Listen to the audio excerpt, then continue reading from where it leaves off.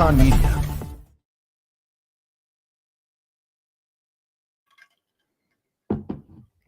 Welcome to XconMedia. Appreciate you tapping in, man. We collabing. Was from setback to success. What is going on with you, bro? Yo, what's happening, man? I'm doing well, my brother. I'm doing well. How about everything going on your end? You doing all right today? Yeah, man. Just getting back in, getting back into the swing of things, man. Listen, man, it's been a hot topic. Yes. All over the news, man. Like right. This police brutality thing, man. It's a hot topic in this country. It is a touching situation. Good evening, Anthony. Now we have video footage of what actually happened, but I didn't know that it happened 6 months ago. I'm just finding out it happened in February. So yes, we're gonna get into it a little bit and then we're gonna talk about it. Let's see. Releasing the body cam footage is his way of being transparent. Open the door and exit. You are under arrest for resisting.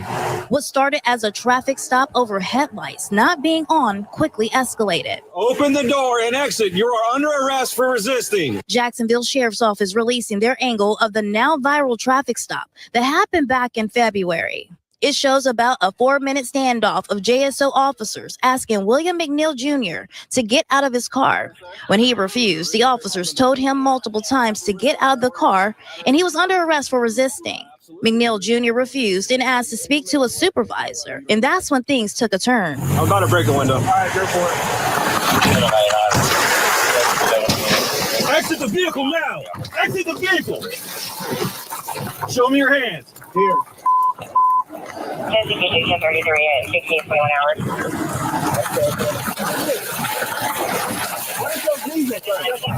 What is your reason?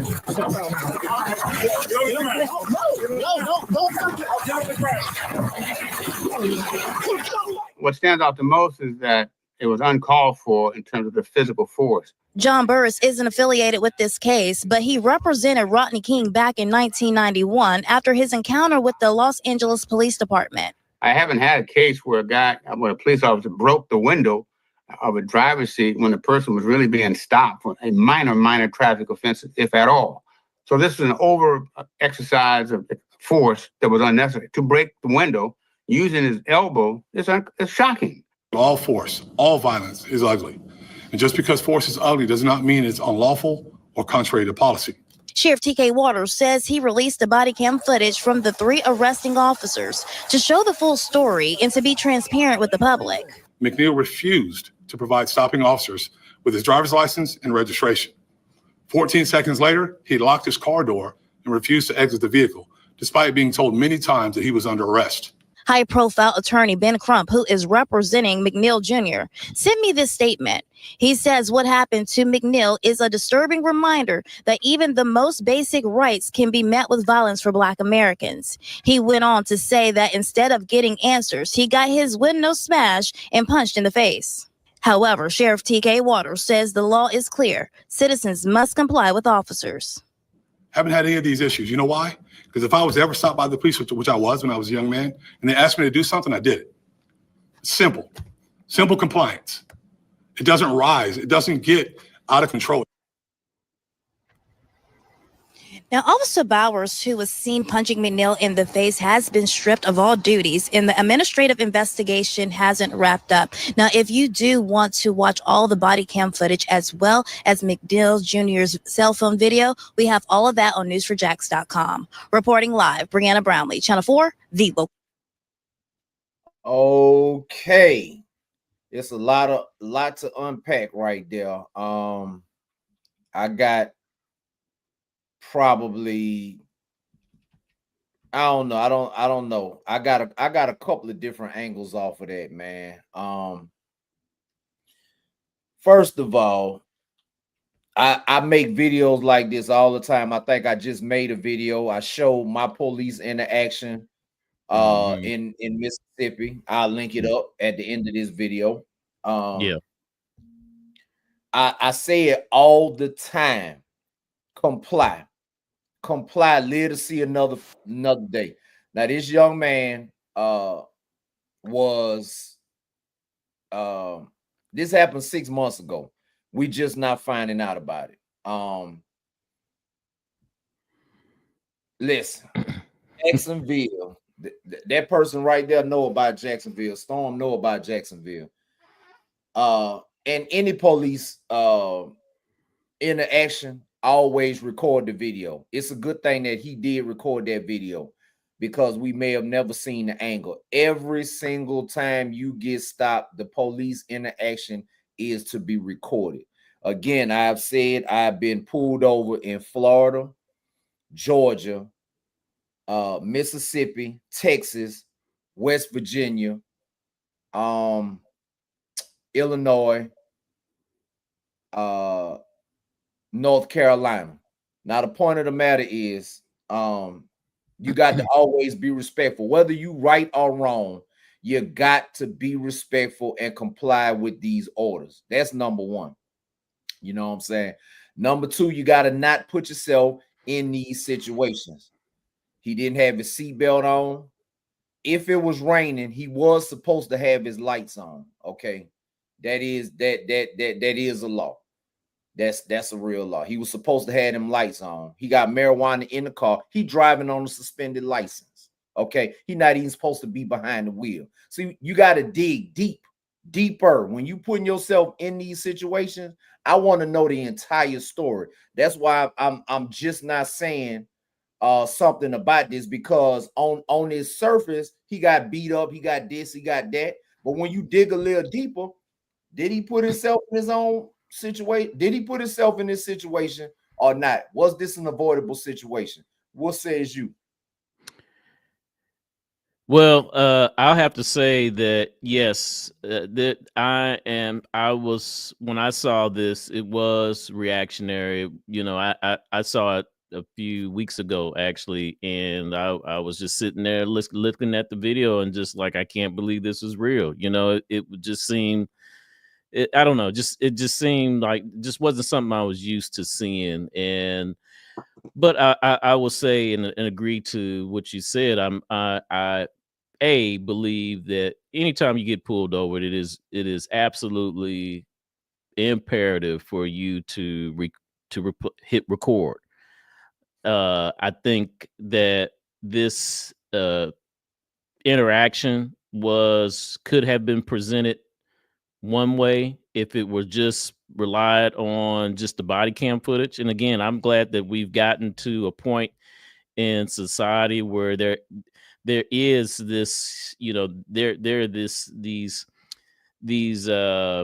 you know, we're just got to the point where there's video now, you know, that we can get a sense of what actually took place and not have to rely on just people's statements and, you know, just in that case. So I think it's really good that we got a chance, but I also will say that it was important for me as well to hear the entire, at least as much as I could, the entire story. And so I got, you know, all the information, a good piece of the information from the young man and his family. I, you know, learning that he's a college student and he's 22 years old, and learning a little bit about the fact that, you know, some of the things, you know, that now he's being represented by attorney Ben Crump, but also, you know, learning from the officer side, you know, their perspective about it, and hearing, you know, this statement from the sheriff there.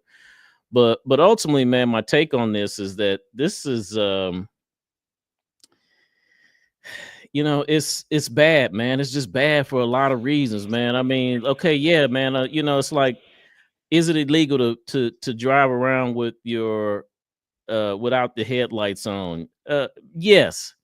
Is that really, for me personally, is that how I want my taxpayers' dollars, your taxpayers' dollars, our taxpayers' dollars? Is that really what I want my the police officers in my community running around doing all day long? Is pulling somebody over when, and it's just not, you know, it's just, I just felt like it was like, this was something that really shouldn't have happened. You know what I mean? To begin with, I agree with you. anytime, and that's just kind of my personal thing. Anytime that I've come in contact with law enforcement, I've always been compliant. I don't have a real issue. I've never been one to be all combative and hey man, I'm not getting out the car with all that. I don't have a problem complying in those situations. And honestly, like they said, 9.5 times out of 10, it's worked out fine for me. But I do know that we're in an environment right now where people don't really have that level of trust for police like that. I've been around cops. It's just the vibe they carry from jump, and you see it. It's like they're having a bad day, they got a bad attitude, and in those situations, so I don't blame the young man. I don't blame people in general for not having a good feel about their soon to be interaction with police officers, because some of these guys aren't right. You know what I'm saying? They're not good people. They're not about just doing their job. They got other problems, issues, and agendas going on. So yeah, I don't, yeah, man. Yeah, that's really true. That's true what you're saying, right? You know what I'm saying? But at the end of the day, suppose that officer was having a bad day. See, when you be defiant, you're not helping the situation. You could be 100% right. What if the dude is 22 years old? McNeil is 22 years old. His life could have ended that day. It could have, and he in the right as far as the police brutality is concerned. He's in the right but he could have helped the situation. When you stopping with these police, you understand we're in 2025. We didn't seen this. Yes. I just had my son will be 18 on Monday, and I just had this discussion with him yesterday. You see what I'm saying? You got to comply. We will get them later with paperwork. You know what I'm saying? Lawsuit, complaints, and all that. We'll get them later. Number one, always film. Number two, just comply with all orders. Don't consent to a search. Get them your license, insurance, or whatever. And do not be defiant. It's hands on steering wheel. Let them see your hands at all times. Because hey, we live in a place now where we can carry firearms and it could be in your car and everything. And all they got to do is say he made a false move. They said he made a false move towards a knife, which we see the video. Good thing he was taping, because we didn't see that false move. You know what I'm saying? That's right. They still ain't showed us the angle of the false move. Hey man, listen, man, you gotta comply, because that police officer, he could have came and he could have took your life. He could have ended his life right then. So that's your point, and I get where you're coming from. It starts there. The young man was not compliant. So, and I don't believe you're going to take this position, but I am curious. So by not complying, does that mean anything that comes after that is just what you signed up for at that point? Right. Where are you at on that? Does that justify because it seems like the biggest problem now that most people who are looking at this are saying is that, even if he wasn't, he wasn't being, he wasn't being compliant. It didn't seem like he was just being disrespectful. He wasn't like he was cussing him out and calling him all out his name and stuff like that. But even if he was being kind of not, he wasn't being, he wasn't doing everything that this officer was asking him to do.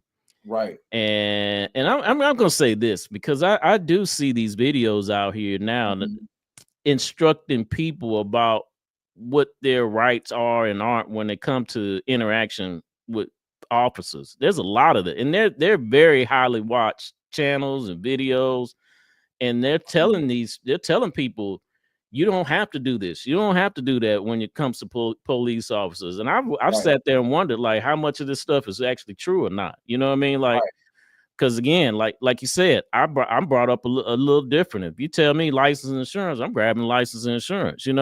Yes sir, no sir, yes ma'am, no ma'am, and I'm telling you, I'm reaching into my pocket to get my license. Yeah, you know what I'm saying? I'm reaching in the glove compartment to get my insurance. You know what I'm saying? You got to point everything out to these folks, man, because we living in a time where you can lose your life behind a simple traffic stop. Now the traffic stop was again, we sometimes we put ourselves in these situations. You know what I'm saying? And it was a completely avoidable situation. That's just like when I got pulled over. I was speeding. Was I doing what he said I was doing? Hey, I don't believe so. I don't think that they could prove it. That's why it got dismissed. You know what I'm saying? But I was compliant. He took the license, wrote me my ticket. I was on my way. You got to live to see another day, because I could have argued with him. I could have argued with the state trooper right there. Hey, man, I wasn't speeding. I wasn't going no 87 miles an hour, man. I might have been doing 75, but I wasn't going 87. You know what I'm saying? I could have been doing 100, but get what? They couldn't prove it. So the case got dismissed. You know what I'm saying? You got to finish the traffic stop. Get past the traffic stop, whatever complaints and issues that you got after that, move on. Don't try to have trial right there. You know what I'm saying? I agree. Yeah. I want to get your answer to this question though. So again, say in the event you took a different approach and you just wasn't having a good day for whatever reason. Right. If the situation escalates like it did in this case and your window gets punched out, you get punched, slammed to the ground, is that then justified at that point? No, it's not. It's not justified. But again, you having a bad day, you better be able to hold on to that for a 10-minute traffic stop. You know what I'm saying? If Mr. McNeil was having a bad day, hey, you gotta not have a bad day for 10 minutes. You know what I'm saying? And comply. Because again, these officers come with a chip on their shoulder, and Mr. McNeil could have been 100% in the right. What's that gonna do you if you lose your life? That officer hit him hard. He hit him hard. Yeah, he did. People die from blunt force trauma to the head like that. You know what I'm saying? It could have took him out the game right then. It don't necessarily have to be a shot. George Floyd didn't get shot, yet he still died. You know what I'm saying? So if you having a bad day, I don't care about that bad day. You want to have a bad day tomorrow and the next day, because this might be your last bad day if you don't comply. That's the bottom. It is what it is. I hear what you're saying. And again, I understand. Well, I understand it from the point of view of myself, personally, and in my interactions. I don't have those type of problems. I've never had those type of problems with police. And I think that they are true. If you come at it a certain type of way, you present yourself a certain type of way, it's just in and out business. It's their job to do that, your job to listen and blah, whatever. Write me the ticket, do whatever we got to do, and let's keep it pushing and move on. So I do agree with that. Again, I will say that my extra thought on this is I just don't think that this is what we need our law enforcement out here doing in the community. Oh, absolutely. There's this bigger fish to fry, man. Like, I mean, and if there's not bigger fish to fry out here, and you're just looking for something to do that day, then we just need less police officers, less law enforcement on staff. Like, go home, go off duty. You know what I'm saying? Go do something else. Instead of trying to find action where there's no action that exists. Because again, having your I just all these officers involved, because the young man, they said initially the young man did not have. I just don't think that's a good use of taxpayer money and time, man. Absolutely, it's over policing, brother. Policing in America needs to change. This is just a reminder, because something like this haven't happened, or we haven't really seen something like this in a little bit of time. Policing as we know it in America has to change. That's the bottom line. That's number one. That's what the core of it right there. You know what I'm saying? But again, these are his charges. You know what I'm saying? 22 years old, college student, resisting without violence, driving on a suspended license. Again, like Chris Morris said in the comments, all this could have been avoided. You are not supposed to be driving.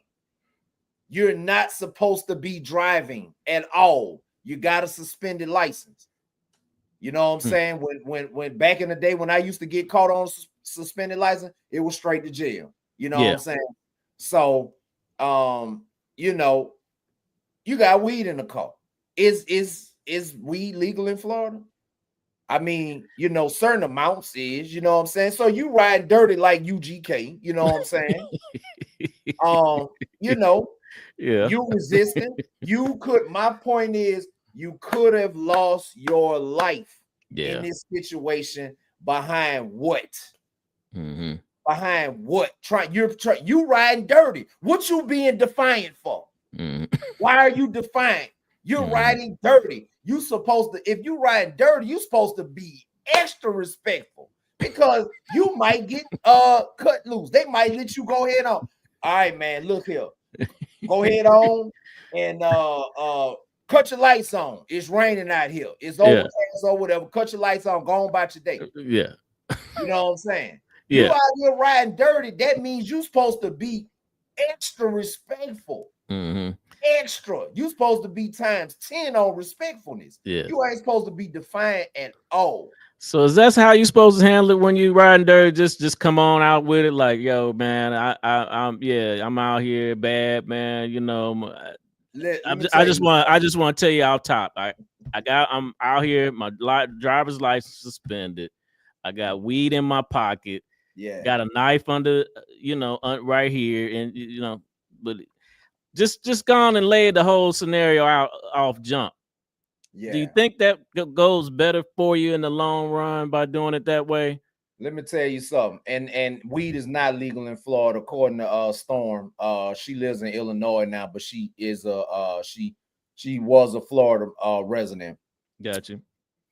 So it's not legal. But here's the thing. Let me tell you a story. And this was before I went to prison, man. I'm riding in my Cadillac, you know what I'm saying? Me and two other dudes in the Cadillac. When I tell you I just scored a quarter pound of weed or something, it was either quarter pound, half pound, something like that, a pound maybe, something like that. So I run a red light, right? I ran the red light. We get pulled over. We pulled over for 45 minutes. I got a 12 gauge on the back seat. At this time, I wasn't a convicted felon. You know what I'm saying? Gotcha.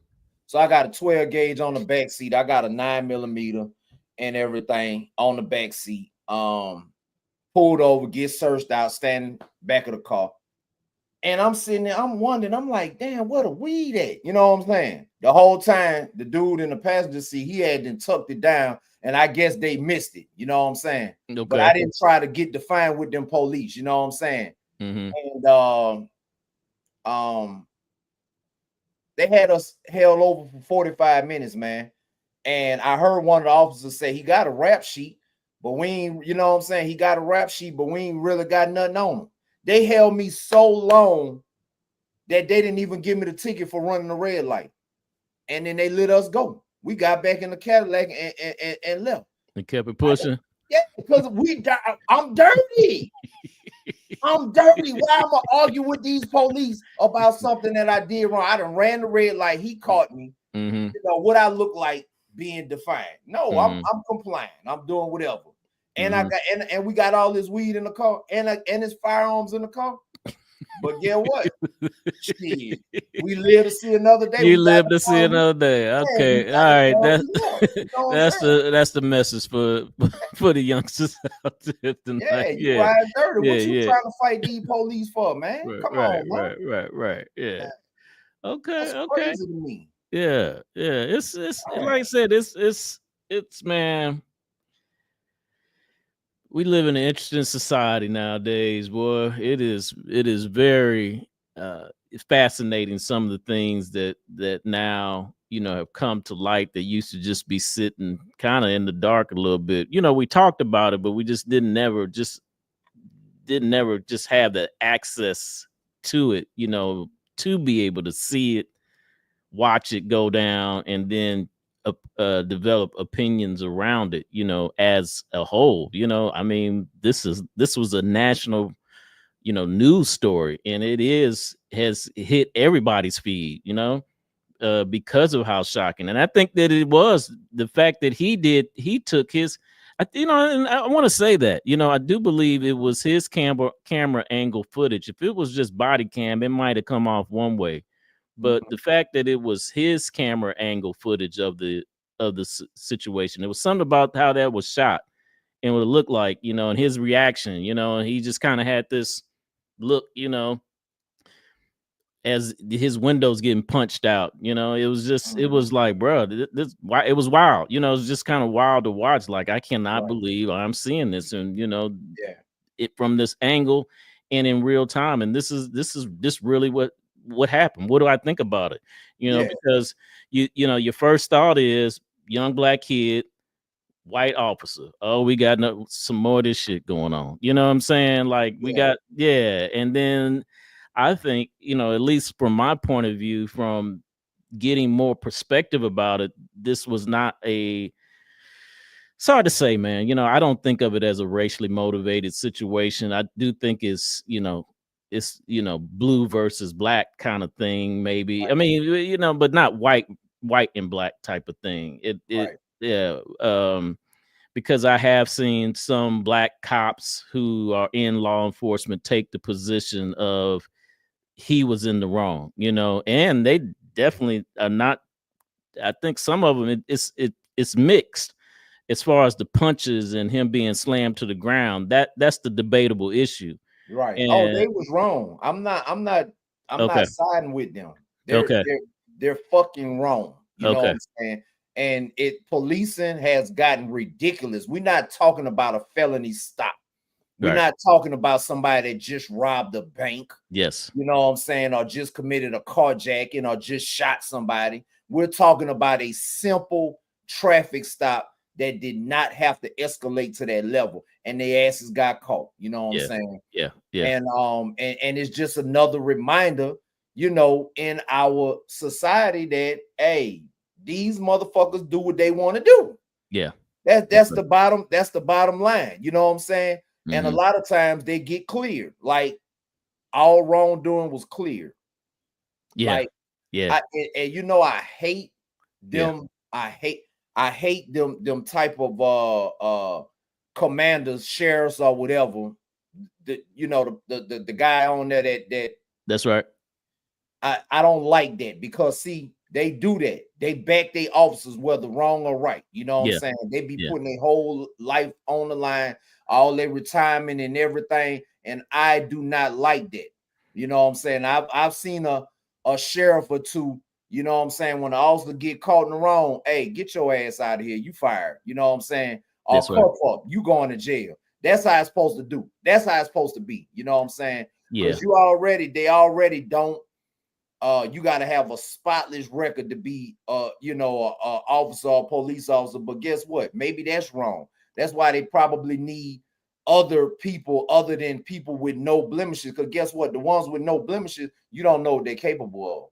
They ain't never been caught doing nothing. So you don't know that they got anger issues. You don't know that this and that going on. This stuff with these officers that just did this ain't their first time doing it. First time they didn't got caught. I don't agree with the blue shield approach, man, and that it's just because I just don't think that's the role that the police department should play in our society, in our communities. I do think you're just a faction of the community. You know, you're not the enforcer of the law. You know, I just don't. I see it different. You know, and because I know when you're out of that uniform, you're right here with the rest of us, you know, moving back and forth in traffic, moving back and forth, you know, in and out of your house, back and forth to your kids' schools and out. I mean, so and again, to your point as well, just because, you know, you have a badge and you have the spotless work doesn't mean you're a good person either. You know, I've unfortunately had the experience of knowing firsthand police officers who live some very dirty lives. You know, they had a lot of extra stuff going on. You know, I mean, just really dirty. You know, and not to be too judgmental, because that's just not the type of time I'm on. But you know, they're not like just model people who you just think that, you know, this is who I want my kids to be, you know, like, you know, just because they wear this badge and wear this uniform. And so it doesn't come with this, you know, this extra level of this authority and right and knowing what's best for, you know, how things should be done and what should be done out here in the world, you know. And so yeah, so that's, you know, so and again, I've had, you know, the unfortunate also opportunities of being around people who thought that way. And that's when you get some dangerous people, man, who yeah, and me personally, I don't want that around here, man. I want you really, you know, if we do have a police force and law enforcement, it should be around tackling real issues and real concerns in the community around, you know, criminal activity that, you know, real criminal activity, real you know criminal activity, yeah, that But- seeks to harm other people, you know. And so but anyway, but the thing about it is, man, these police officers need to get slammed, because you should be held to a higher standard. You went through training. Yep. You swore to uphold the Constitution. You know what I'm saying? So when you violate somebody's constitutional right, they need to face stiffer penalties. Yeah. It's two things in this country that's wrong right now. You know what I'm saying? Number one, police need to face stiffer penalties for doing this bullshit. You know what I'm saying? They need to be stripped of their badge. You know what I'm saying? At least for a period of time, to where they understand you can't do this. You know what I'm saying? Number two, the prosecutors. The prosecutors need to be held accountable, because sometimes they don't do what they're supposed to do. We clearly see that in this video, it was a case of police brutality. Why aren't they prosecuted? Why didn't you prosecute the police? Yeah. We're looking at the evidence. Why why are they not prosecuted? You prosecuted Mr. McNeil. Yeah. He went in the courtroom and got found guilty, pled guilty to a couple of the charges or whatever, took responsibility. You know, shout out to him. I wouldn't have did it. You know what I'm saying? Okay. I wouldn't have did it. You know what I'm saying? All this didn't happen to me. I'm not pleading guilty to nothing. Nothing. Yeah, no. The next day, February, this happened in February. We just not finding out. Get what? Or the next day, I'd have been at Fox 5. Let's sit down and talk about it. Yeah, we're gonna talk about this right now, and we're not gonna stop talking about it until we get this solved. Period, point blank. Yeah, so I don't even like the fact that they coming out with it now. I'm like, damn, it's 6 months that went by. Shit, at this point, if you ain't shut the fuck up now, shit. You know what I'm saying? But yeah, and I think at this point, man, it's going to be interesting. And thank you, Chris. Thank you, Storm. Thank you, everybody who's in the chat, because I tell you, I think what's really going to be, I think the thing that I'm looking for at this point is, how does this get resolved? You know, how does this get settled? You know, cut the and check. Cut the check. You think this is going to be a check cut on this one? They need to cut the check. Somebody need to pay for this, because I don't care what the young man did. You're still not justified in beating him up like that. Yeah. So, you know. Well, two questions. My whole point. My whole point of the whole thing is, he could have lost his life, so he should comply. However, the police is in the wrong. Cut the damn check. What's your question?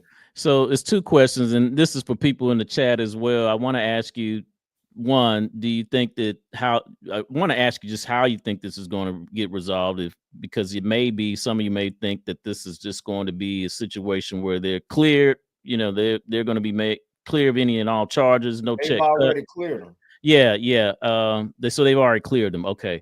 So at this point, well, let's just say, do you think there is going to be a civil lawsuit? What do you think the outcome is going to be on that? And then 2, should there have been some level of punishment rendered to the, offending officers related to what Absolutely. took place? Okay. If you would have assaulted somebody, that was clear assault. If you would have assaulted somebody like that, you would have went to jail. Gotcha. Yeah. So they need to go to jail. Yeah, Gotcha. they need to get arrested and booked, and they need mug shots released and everything. They need to go to jail for that. And 2, City of Jacksonville, they are the authority that hired these officers. You know what I'm saying? They didn't get a thorough background check in. They hired these officers. These officers did something under their jurisdiction. Guess what? City of Jacksonville need to cut the check, because regardless of what the young man did, it did not warrant getting beat like that. And officers should lose their jobs as well. Yeah, because they should get arrested. The officers should lose their job. Jacksonville should cut the check. They chipped the man too, gave him a concussion, gave him PTSD for probably the rest of his life. You know what I'm saying? They need to pay for that.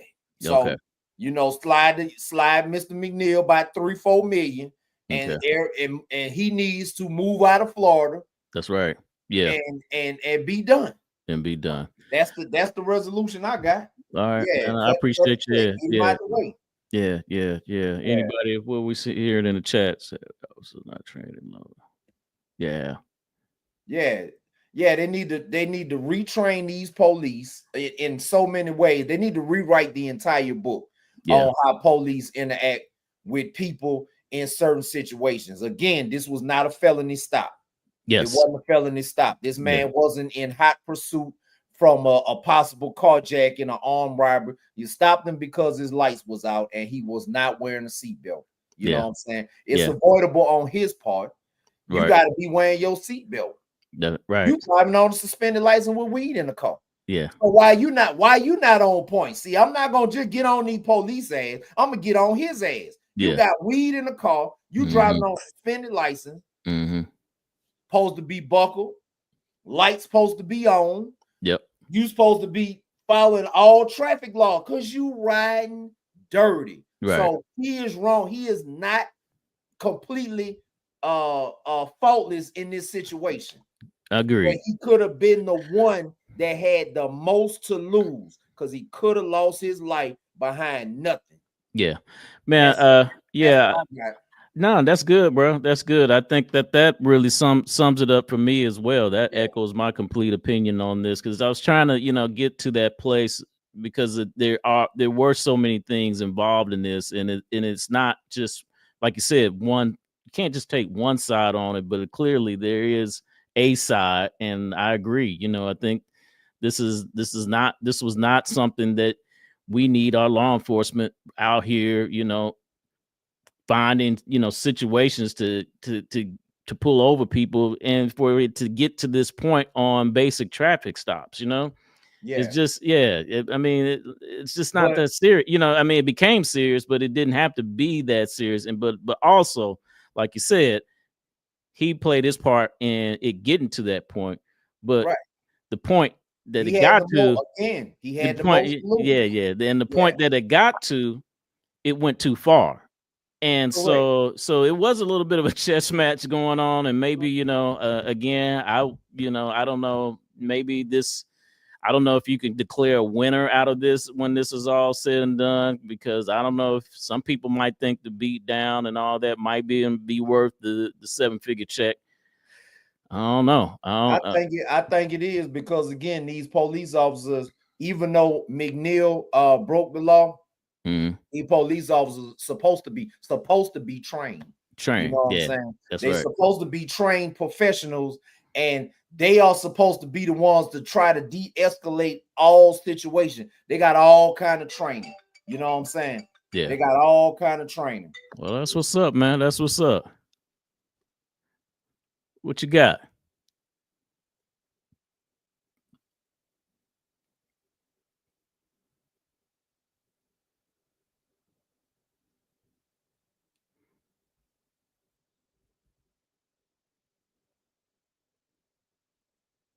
Yeah, this is real life, y'all. I don't know if he did say before the show started that he might have some things going on tonight that he had to attend to. So, and it appears that unlike him, very much unlike him, he had to sign off possibly. So at this point, we're going to call the show tonight. And unless there's anybody that's got anything else. Oh, you back. All right, we good. Cause yeah, I was just about to end it, but I thought my little sister was in trouble. I'm talking about I was 5 seconds away from ending it. So I was waiting on that call. So we good though. Okay. All right. I was about to close it down for you just in case, man. Yeah. Okay. But that's really my take on the whole thing. I had some video to play. I can't find it, but yeah, man, that was, McNeil had the most to lose. That, that's my point. You know what I'm saying? And that's where black people have to take accountability to for what we do. You know what I'm saying? We are so quick to blame the police officers in these situations, but what about what we did? You know what I'm saying? And that be my only point. You know what I'm saying? I want us, because again, they can take our lives. You know what I'm saying? What you gonna do? You could be 100% incorrect. You could be 100% correct. But if they take your life, you know what I'm saying? Who won? Who really won? You know what I'm saying? So we got to do better. You know what I'm saying? And like Chris said somewhere in the chat, talking about Trump. But see, what they told us last year, that this was going to be a regular thing going on. We 7 months into the Trump presidency. This only happened one time. You know what I'm saying? That we didn't seen. I ain't seen nothing else. You know what I'm saying? Yeah. Vic Hill just did a show about that. Check out the Hill of Justice podcast, man. Check them out. Yes. Thank you for dropping by. Appreciate that. Yeah. But yeah, man. So you could be, again, the young man could have been completely right, 100% right. But get what? You riding dirty again. You already know you got weed in the car. You know that weed is not legal in Florida. You a college student. You supposed to be, you know what I'm saying? You're not hood, basically. You know what I'm saying? You want to smoke a little weed or whatever. Move to a state where weed is legal so you ain't got to ride like that. How about making sure that your license is straight? You in the car, probably bumping music, everything, seat belt not fastened, lights not on, in inclement weather. Why? You could have lost your life behind what? He had the most to lose. You know what I'm saying? Yeah, man. This was like this, I think, again, man, just kind of revisiting what we've already kind of covered. I do thank God for bringing everybody here together, and thank y'all for supporting me. That day, I just really wanted to know, why I was getting pulled over and why I needed to step out the car when I know I didn't do nothing wrong.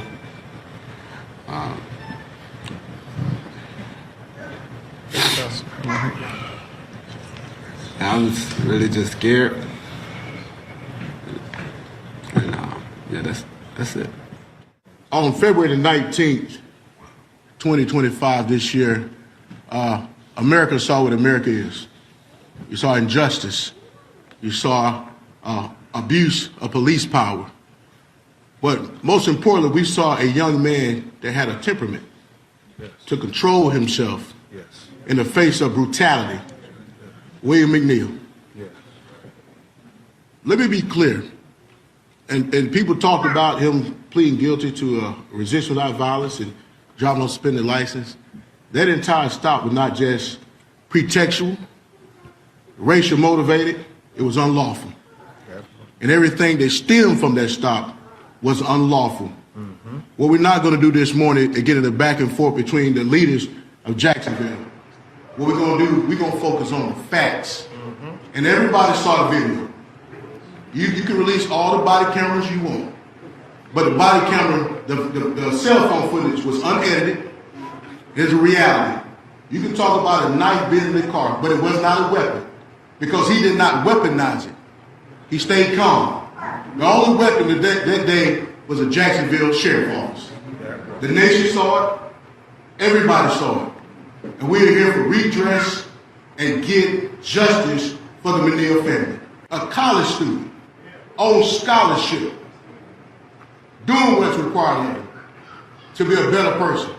And all he did was exercise his fundamental rights, his God-given rights, to answer a simple question. Why are you stopping me? For not having headlights on during the day? Did y'all see the video where the officers came with no headlights on? No windshield wiping, no smoke, no fog, no rain. So anybody would be confused, why are you stopping me? And he exercised their right to answer that question, and they bullied him, intimidated him, broke his window, and beat him and caused permanent injuries. This was a classic case of driving while black.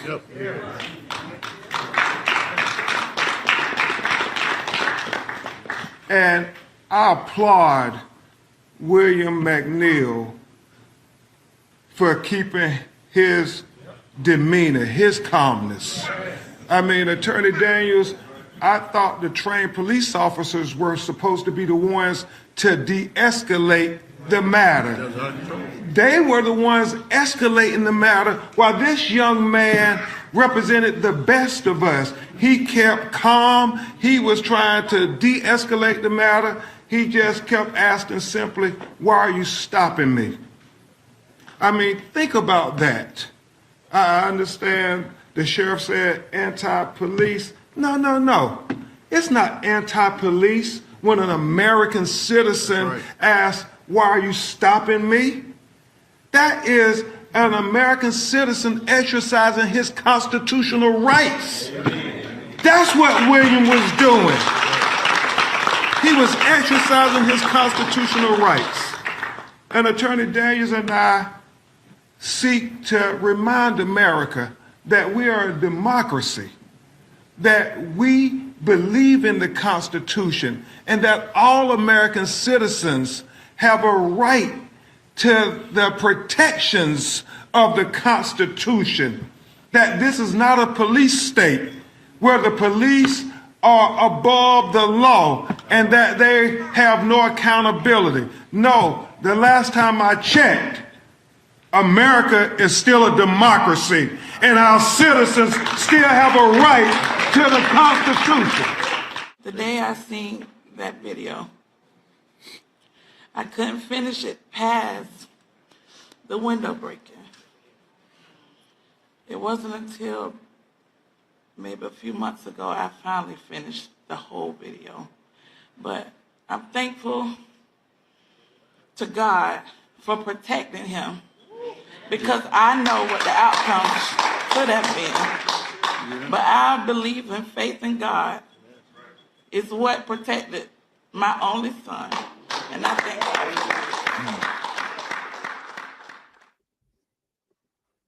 God. Yes, indeed, man. That was powerful. But like Hill, I don't know if it's either Victor Hill or his brother Jerome Hill, because they both were police officers, is in the chat. Okay, yeah. All right, Jerome, I'm about to send you a link. So we're gonna get his. Now, this is a man that is also a police officer.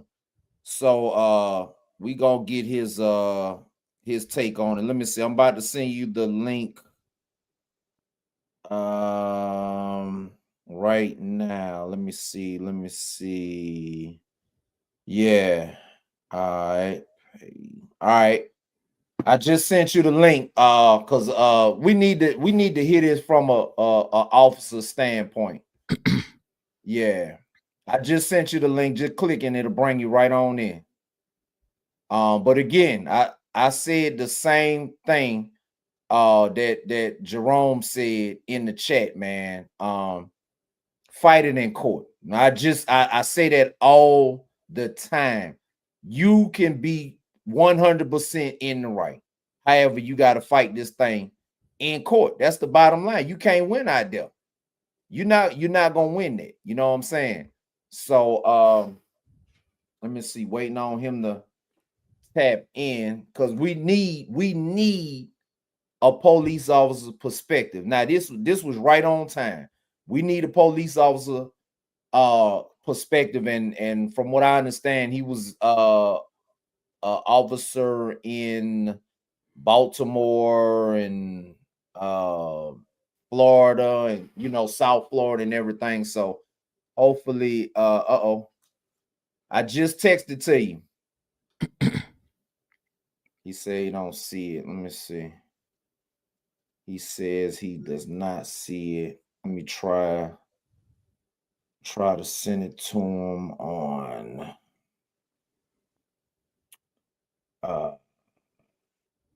yeah, but what you think? What you think about the video we just saw? Well, I think it, was again, I do like the fact that this is all sides of this is coming to it. I do appreciate hearing from a mother of her only son. I do appreciate that when these officers, and then we're out here operating these communities, we're all sons and daughters of somebody, and so I know it's hard to think this way in some cases, but we are a part of an extended family in some senses. I mean, your interaction with someone could be my cousin or my daughter or my son, and Right. and vice versa. And so how do we want it's kind of like when you're in some level of service, whether you work at a restaurant or a gas station or wherever you work, you treat folks like you want to be treated yourself, and that's kind of one of the rules, because we have to think broader. So that's just kind of how I looked at it. I appreciated hearing it from a mother's point of view. I do think that Attorney Crump and the other attorney, they overplayed it a little bit, right? By saying he did nothing wrong. I don't agree with that statement. He didn't do anything wrong. Correct. But again, we've already kind of established our position on that. Yes, he made some bad decisions, and that again created an escalation. But then the escalation went too far, and then that created a bad decision on the other, a bad scenario on the other side of it. And so that's just where we are right now. But anyway, yeah, Brother Hill. Yeah. This is the brother of former sheriff of Clayton County, Victor Hill, who himself is a police officer or was or retired. I don't know. I'm gonna let him introduce himself, and once he gives his credentials, we're gonna hear his take on what he thinks about this situation and what Mr. McNeil should have done and what the police officer should have done. Right. So I'm Jerome Hill. I'm the younger brother of former retired Sheriff Victor Hill. I policed in the state of Pennsylvania, Pittsburgh, and Maryland, and Baltimore City, and ended my career in South Florida here. So just to give everybody a little bit of context about what happened. So he pulls over the vehicle, and of course, the young man's, his driver's side window, I guess there's some trouble of it going down. So he opens up the door. Okay. A lot of officers do have some issues with the fact that you open up the door. They would rather have you inside the vehicle contained. I did a lot of drug interdictions, stopping vehicles. And I would use something called the pretext to a stop. So if you just take a look at your vehicle, any one of you are out there, we have a book this big of the vehicle code in each and every state. There's a numerous amount of things in that vehicle, into that vehicle code, that I could pull your car over at any point in time.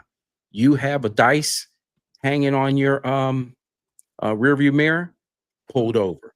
You have a busted taillight, pulled over. You have any modifications to your car whatsoever, pulled over. So the Supreme Court gives us that ability to go ahead and pull the car over. I preface it by saying this: you should not perverse the law unless you have some reasonable suspicion that somebody has done something. For me, for example, myself, if I'm pulling you over, chances are I already know that you're dirty. Okay. But that was just the line of work that I did doing undercover work. So I probably already sold drugs to you or in that manner, or, you know, if I didn't sell drugs to you, I already bought drugs from you. So I already probably know that you're dirty 100%, or I've been watching you for some time that you didn't even know, and I'm pulling the car over.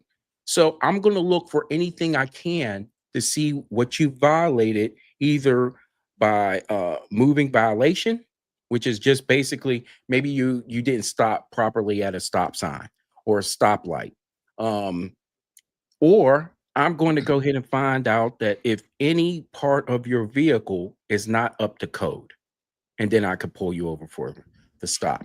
Why do I bring that into play? Once the car doors open, McNeil explains to him, you know, why did you pull me over? And this is where the portion of this car stop starts getting ridiculous, which I do not agree with what the officer did. But was it legal? Let's go with, I don't agree with what he did. He pulls the car over. And at that point in time, when he pulls the car over, he tells him that he stopped the vehicle because it was inclement weather. But here's the problem with inclement weather here in the state of Florida, since I am here in the state of Florida. What are the elements you need to have with inclement weather? One, it needs to be foggy. It needs to be hard to see. Okay. And then on top of it, you have to have substantial rain to go ahead and have your headlights turned on in inclement weather. That's the spirit of the law. He perversed it and saying, hey, guess what? This is inclement weather. And as you can see, it was cloudy outside and maybe a little bit of rain, but it would be nothing that I would subjectively call inclement weather. So he's on shaky ground right there, the police officer. Next is you didn't have your seatbelt on. Well, I don't know if he knows that either. He may have seen it. And of course, that would be a misdemeanor in his presence. But of course, as the guy turned around to go ahead and open up the door, he would take off his seatbelt. So they had a fighting chance in court to talk about that and to go ahead and really get this thing dismissed. Right. Instead, McNeil messed up. And where he messed up was he asked for a supervisor. That's not a problem. You can ask for a supervisor. What I didn't like was the tonality of the police officer. You're not going to get me out of my spot. I'm just going to say, hey, sir, you know, a license, registration, and insurance. I don't care what you say to me thereafter. You could tell me no. You could tell me, guess what, pound salt and stuff like that. Okay, you know, 2 Baker 24. Can I please have another unit? Just meet me here. But I'm not going to call signal 35. He called for a signal 35. And and what he did there was he made it a priority to anyone who was in the area to get there real quick because I got an imminent problem. So what you did was heighten up the situation. It wasn't even totally necessary to go ahead and do that at all. You still had him calm. He was compliant for the most part, you know. So you wanted to go ahead and make a move, and this is where McNeil made the biggest mistake. Yeah, the officer was hyping it up. But where he made the biggest mistake was when he told him, hey, sir, I need you to step out of the vehicle. He said no.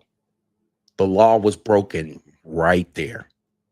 You as a citizen, me as a citizen, to drive a vehicle in any one of these 50 states, it's a privilege. It's not a right. You don't have the right to go ahead and drive that vehicle. It's a privilege.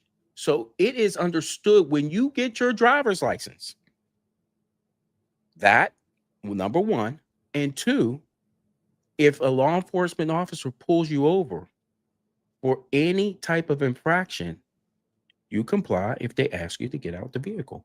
Once he said no, the first law was broken at that point in time. Resisting without violence. That's what the charge is here in the state of Florida. So at that point in time, guess what that is? An arrestable offense. Now, do I think it's bullshit? Sure, I do. But that's the law, right? And it's on shaky ground. So, that's why I tell everybody, fight in court. Don't fight in the street. You're going to lose on the street, and you might lose your life. Somebody has a gun there at all times, and it's the police officer. You may not have one, and you shouldn't be using one. So he messes up on that end of it. Then the second part of when he said no, and when he said no, he went about asking for license driver's license registration and certainly insurance. He starts to make a move towards him, and of course, old boy closes the door. Problem number two, you barricaded yourself in the car. What did you expect that was going to happen? The Supreme Court does give police officers the right to go ahead.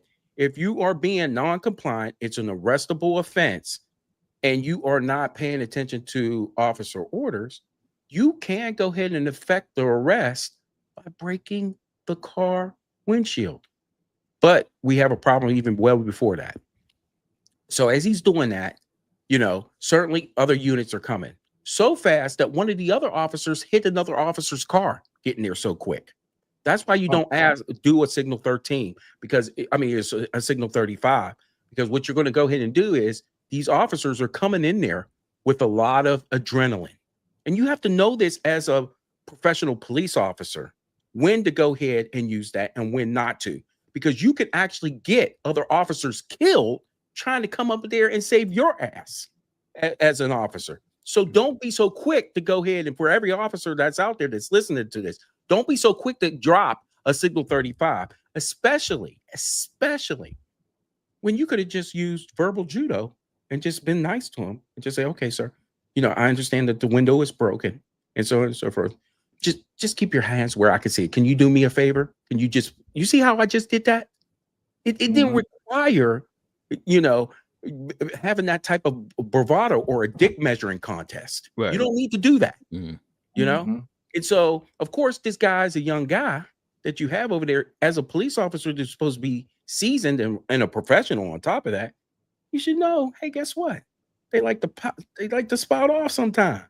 No worries. Because in my eyes, I win all the time. As long as I'm doing right, I'm following the law, I win.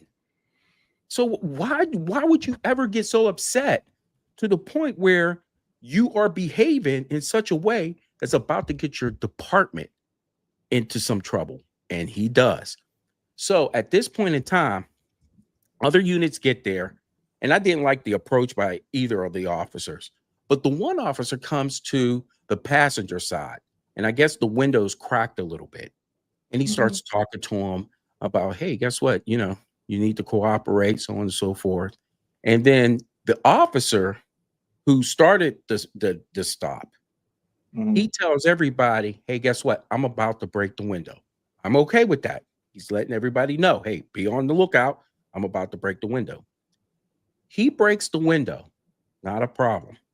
But at what he did next is what has gotten his department and him possibly fired. At least him fired, and he surely got a federal lawsuit coming on that. You violated his civil rights because you take your hand, an open hand, and you punch him in the face at that point in time. Now, before you did the strike to his face, the window's busted and he has his hands up like this.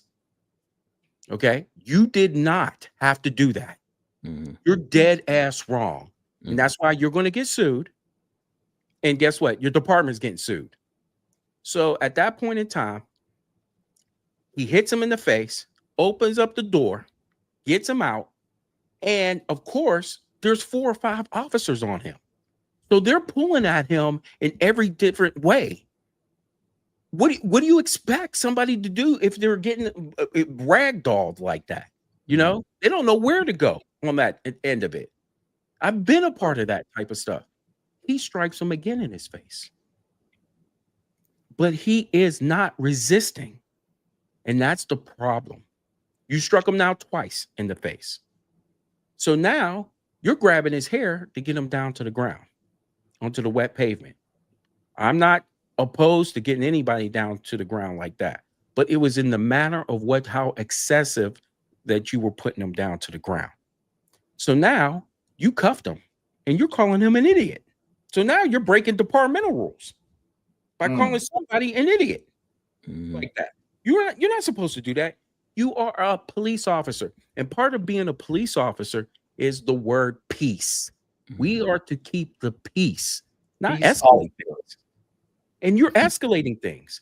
I can't tell you over the 20 years that I've been in law enforcement, how sideways things go really quick. And I'm giving you all the inside information of what you should be thinking about, how you should be handling it, especially with people in uniform. Most of my career, I wasn't in uniform. I was in plain clothes. But I knew in the beginning how to go ahead and behave, or I would have never ascended to the detective bureau. Yeah. You cannot behave like that as a police officer. It is, you can't be the bully and expect people to go ahead and pay attention to you. You know, what's wrong with people popping off? Me and my brother had an argument about this yesterday that you'll see on the show on Saturday. And the argument was, you know, hey, the guy should just comply. You're not wrong. Yeah, he should comply. But if everybody complied, why the hell would you need police officers? Okay. You wouldn't need them. Right.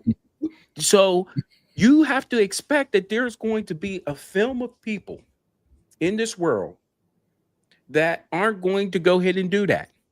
That's why we're the professionals. We get paid for this. That's how we support our houses and so on and so forth. We get paid for this. Come on. And we expect people to behave badly. And that happens. If you can't handle that, get the fuck out of police work. Right. Because you can't deal with this. Right. You really can't deal with this. Sit down. But they go ahead and behave like that. And I'm not saying on this end of it, I'm saying the shaky ground on the contextual stop of inclement weather. And sure, maybe he was right about the fact that he didn't have a seatbelt violation. It was a seatbelt violation. But, bruh, as a police officer, you screwed up, especially. That was shaky ground, but you really put yourself in a pickle when you struck him. Now, for McNeil's part, McNeil was definitely dead wrong. That was a stop that should have been, and they would have never found the knife. They would have never found the marijuana. They would have never found any of that had he just shut his damn mouth up, because he had a 5 sack in his pocket, and be like, hey, guess what? You might have gone to jail because you had a suspended license. I believe his license was messed up in some type of way. But even then, a lot of officers would be like, okay, bro, guess what? We're towing your car. You can't go ahead and do this. Head on out of here. Right? Officers have that type of discretion. But because he popped off, because he was nervous, because he was dirty, you found yourself in a pickle. And that's why you had to plead guilty for, guess what? Didn't have your license straight. So you had that part of it, and resisting without violence. Yeah. And so that is what you look at while doing that. And I beg everyone that if you're listening to this, you never fight the police officers. You never pop off. I know how frustrating it could be. And of course, he was upset because why would you even pull me over? And then, of course, I would have been incredulous about, hey, you pull me over because of inclement weather? Like I can change that? Of course, you don't know the law, but the officer does. And even if you thought it was bullshit, you could have went to internal affairs afterwards and be like, hey, this is what happened. Gotcha. They're going to listen to you when you're cool, calm, collected. But you come in there like an ass, they're going to be like, hey, guess what? You do ass things, you get ass surprises. And this is what happens. So that's what happens. Got a question for you, Brother Hill, and I appreciate you sharing those insights, because I actually picked up some things as well, listening from law enforcement point of view, and again having the experience that you've had. I do want to ask you because we know this now in hindsight. This was a young 22-year-old black male, and as a father of children in this age category, having daughters as well in this age category. My question to you, just as so that we can make this informative and educational for the younger people who might catch a whiff of this episode, what would be your instructions to, say, a 22-year-old male or female? And I want to focus on females, because I don't know if you would think of this differently in any way, according to gender. If it were your daughter or something pulled over, this was in the daytime, so you do have some visibility there, but this could be different if you're a young woman pulled over at night. What are some of the things you're thinking about? Do you instruct young people to do in their interactions with law enforcement? And I'll start by asking, are you okay with these young people now turning on their cameras, recording the actual stop? Are you okay with that? Would you instruct your kids to do that as well? Absolutely, I would. Okay. I have no problem with them putting the camera on me. I'm the star of the show, basically. Okay. And quite truthfully, I know the actions that I'm about to do are well within the law. So I'm not worried about the camera. In fact, it can only be to my benefit more so than yours. Gotcha. I know exactly what to say. So what I would ask anybody to do right off the bat, and what I've instructed my children to do right off the bat, is you turn off the car immediately. Okay. Why do you do that? You don't want to be perceived as any type of threat running away from the officers. So you turn off the car, and you make sure before you do that, roll down every single window that you can. Maybe you can't do that in the wintertime if it's up north and so on and so forth. It's cold and so on and so on. You might have a baby in the car. But if you can, and if it's not inclement weather, raining coming down and everything, you need to roll down, turn on your dome light, roll down all your windows, take your key and put it on top of the roof, and keep your hands at 2 and 4. That's what, or 2 and 10. You do that, an officer will know that's a real one right there. That person either knows what he's doing, either been there before, or been instructed by us or other people in his family that they know what they're doing. So right off the bat, you can lower the temperature just by doing that. So now the officer comes up to the car. Before he even comes to your portion of the window, he's able to see in the car to see if there's anything that could be of any harm to himself. And then on top of it, guess what? He can see your hands when he gets to your part. And then after that point on, you got your hand on 10 and 2. It's about yes, sir, no, sir, yes, ma'am, no, ma'am. Do I know what at this point in time, do you know why I stopped you? No, sir. You did this and this and this. Okay, sir. I need your license and registration and so on and so forth. Yes, sir. Now, let's just say your registration is in the glove compartment. Right. It's not on top of it. Wherever it's at, you would articulate to the officer where it's at. And if they can, and you ask them for permission, if you can get it, even though he asked you for it, ask for permission. That's what that camera's for, and that's what the body cam's for. You told me to.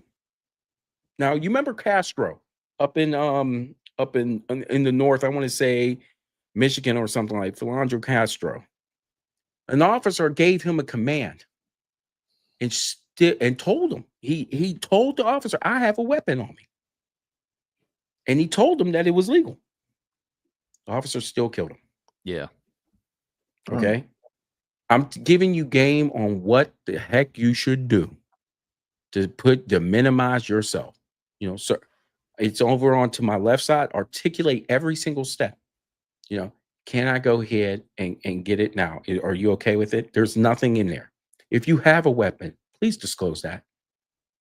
Tell them exactly where it's at.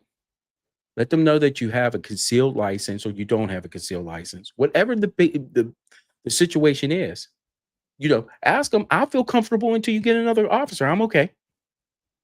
And let him dictate the terms. Put the ball on their court, never in your court. Make them make decisions. So this way, you can't get into the jackpot. You've already recorded yourself. They're on, on the body cam. So that's one of the things you're doing. And it's always yes, sir, no, sir, yes, ma'am, no, ma'am. Don't refuse to ever sign a document. You can fight that in court. Doesn't mean that you're complicit once you sign and get a ticket. It just means at that point in time, you are acknowledging that you are getting the ticket. But you can go ahead and fight that elsewhere. Yeah. Just don't fight it there. My point is, just don't fight it there. Yeah, and that's interesting. You emphasizing the respect part of it. I think for some reason, and maybe it's just a generational thing as well. I think the respect piece of it, it seems small, but it's major. You know, it's like, and again, all I know is from my own experiences. You know, I've never been that combative. Why, you know, going into getting all out of pocket, you know, on a pullover, you know, being pulled over by a police officer. So I've never really had situations that go to this extent. But and again, I've been wrong. I've been it's just been a different scenarios. The times that I've been pulled over, been speeding, you know, and I was justified in getting pulled over because that was, like you said, against the law, right. And they have the right to do that. So. But I do think I'd like how you emphasize that part of it, because I do think for some reason, I could be wrong, because it just seems like it's just been one of those things that's worked for me over the years, that this just allowed situations not to get out of, completely out of control. So for anybody, listening, I do think that that's one of the keys here. G, you got something to say on that? Yeah, man. Look, this was game. I'm talking about game that we needed from somebody that then been through was a part of the system for 20 plus years, man. His brother made it all the way to the top in Clayton County, so he knows what he is talking about. I need y'all to follow him on Hill of Justice, man. All platforms, man, because hey, they got good information, man. And sometimes you need to get this up, we got to talk about these things. You know what I'm saying? It's 2025. Yeah. Our kids need to know that. See, the hands on the steering wheel, I knew that, but I didn't know let all 4 windows down. I didn't know stick the keys on top. These are things that it's not 100%, that you're not gonna lose your life. But guess what? That lowers the percentage down, way down. And that's what you're trying to do. You're trying to live to survive to see another day. We don't care because you having a bad day. You know what I'm saying? This could be your last day if you escalate stuff with the officers. However, hopefully a lot of people hear what you said tonight, including the officers, because hey, they're trained in de-escalation. They have all kind of classes. They got to be certified on a yearly basis for a lot of things. So they're constantly reminded on how they are supposed to interact with the public. This was not a felony stop. You know what I'm saying? It wasn't a hot pursuit or he fit the description of, so they should have been de-escalating the situation. And guess what? They're gonna have to cut the check. They're gonna have to cut the check. They're cutting one. The city's cutting one. Yeah. Yep. Okay. Jacksonville was cutting definitely a check, and it may be a substantial one. Right. Because the fact of the matter is that first of all, you assaulted him. Okay. It doesn't matter. It doesn't matter if the color of authority that you have. You assaulted him, so Right. that's of course. You're going to find yourself without a job. Not only are you going to get, the city's going to cut him a check. Okay. You now got to deal with two other situations. You got to deal with the fact that you're going to go to civil court as a police officer. And this is where the rubber meets the road. And just wanted to go ahead and let y'all know about this. So when you go into civil court and you get sued, now over the course of my career, I've been sued $106 million. Okay. What will happen is you're going into civil court and they're going to go ahead and determine whether you violated that person's civil rights. Now, if they find that you do not, good. Guess what? No money. If they find that you do, now your heart starts beating a little bit because there's two parts to that. Let's just say you get sued for $1 million and they find against you for $100 grand. Okay. That you violated somebody's rights. Well, guess what? The city has to sue. But if the jurors find out that you acted in malice, you are on the hook for that money now, not the city. You have to pay every dime of that. And guess what? You let the city off the hook, because what the city's going to go ahead and do is throw you under the bus as a police officer and say, hey, guess what? We don't teach those tactics. And as they said, he acted in bad faith. That's not how we do things. So yeah, we're off the hook. He pays that. But there's many a times where you can inadvertently violate people's civil rights, but you have a pure heart and you didn't try to do that. And that can happen. And then, of course, the city still has to pay. But as a police officer, I'm telling all you police officers out there who think that, hey, guess what? This can't happen to you. I'm letting you know that even I got sued and they won that I violated somebody's civil rights. And guess what? Never did I have to pay, because it was the way that I was doing my business. Although it violated their civil rights, I wasn't acting with a bad heart. And I could go ahead and explain at some other show how that all handled that situation. But if you're a police officer and you get hammered for malice, it's over in these streets for you. You are paying for the rest of your life. You are paying child support, and it's the most expensive kind. Okay. Man, that was some jewels right there, man. Listen, man, we definitely, I swear, we definitely appreciate you tapping in, man. Yes. Again, people, he is former police officer, former detective, Jerome Hill, brother of former sheriff, retired sheriff of Clayton County, Georgia, Victor Hill, man. Listen, this was powerful, and we definitely appreciate you tapping in, man. Appreciate you guys. We definitely got to do this again for sure, man. For sure. Absolutely. So if you tapped in, man, make sure y'all like, comment, subscribe, share the video out, man, because guess what, man? It's 2025 and we still going through this. However, if the information was circulating the way it needs to be circulating, the chances of these things happening go dramatically down. Yes. Policing needs to be changed, but our attitude when we get stopped, that also needs to be changed. Us as Black people know we have to take accountability for our actions. You know what I'm saying? The young man did break the law, but the police broke the law as well, and that does not make anything right. So until next time, thank you.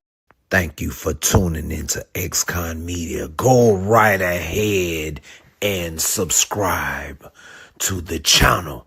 Hurry up!